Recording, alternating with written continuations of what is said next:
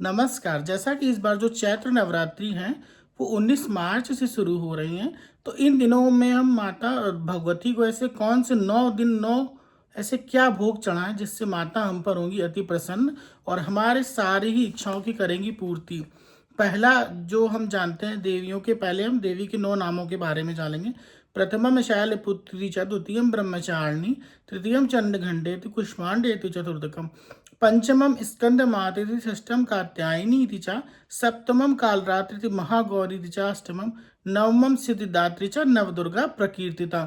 यानी ये हमारी 9 देवियां हैं। पहली कौन सी हैं? पहली शैलपुत्री, दूसरी ब्रह्मचारिणी, तीसरी चंद्रघंटा, चौथी कुष्मांडा, पांचवी स्कंद माता, छठी कात्यायनी, सातवीं कालरात्रि, जो आठवीं है महागौरी, नवमम सिद्धिदात्री।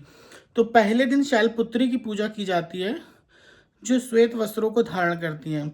इन्हें गौघृत यानी घी का भोग लगाएं और किसी ब्राह्मण को बाद में आप उसे दान में दे दें। तो आपके जितने भी रुकावटें अभी तक कामों में आ रही हैं, जो भी प्रॉब्लम्स हैं, वो सारे ही दूर होते हैं।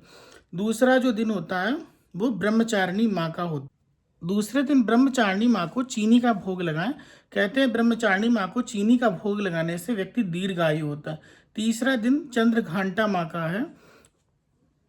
तीसरा दिन जो चंद्रघंटा माँ का है, इस दिन आपको माता रानी को दूध का भोग लगाना है जिससे आपके सभी विघ्न दूर होंगे।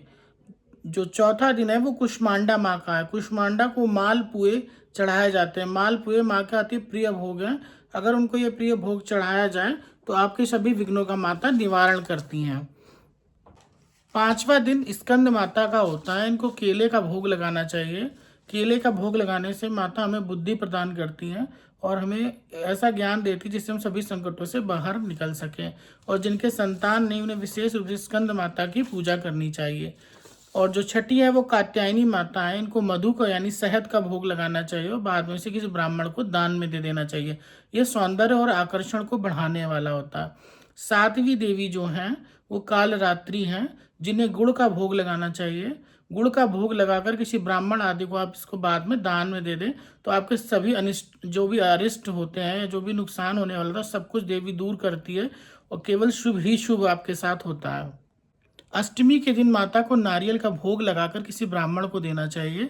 और जो 9वां दिन है वो है सिद्धिदात्री का, जिस दिन जो धान का लावा होता है, धान के नौमी के दिन धान का लावा का भोग लगाने से व्यक्ति को दोनों ही लोकों में सुख की प्राप्ति होती है। 10वीं के दिन अगर माता को काले तिल का भोग लगाया जाए तो यमलोक के भय की से हमें मुक्ति मिलती है। और एकादशी के दिन यदि आप दही का माँ को भोग लगाते हो तो माँ अत्यंत प्रसन्न होती है, सभी कामनाओं की पूर्ति करती है।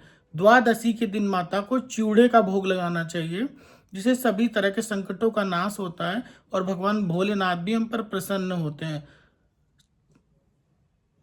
चतुर्दशी के दिन माता को सत्तू का भोग लगाएं। और जो हमारी पूर्णिमा होती है इस दिन माता को खीर का भोग लगाना चाहिए। इस तरह पर अगर आप 9 दिनों तक इन चीज़ों का भोग लगाते हैं और बाकी दिनों भी अगर बताई हुई सामग्री का भोग लगाते हैं तो आपकी मनोकामना तो पूरी होगी, साथ ही साथ आपको भगवती की अत्यंत कृपा भी प्राप्त होगी। और अगर इन बताई हुई चीज़ों को अगर हवन में हम डालते हैं तो माता हम पर प्रसन्न होती है दिन के हिसाब से और हम पर सारे मनोरथों को पूर्ण भी करती हैं।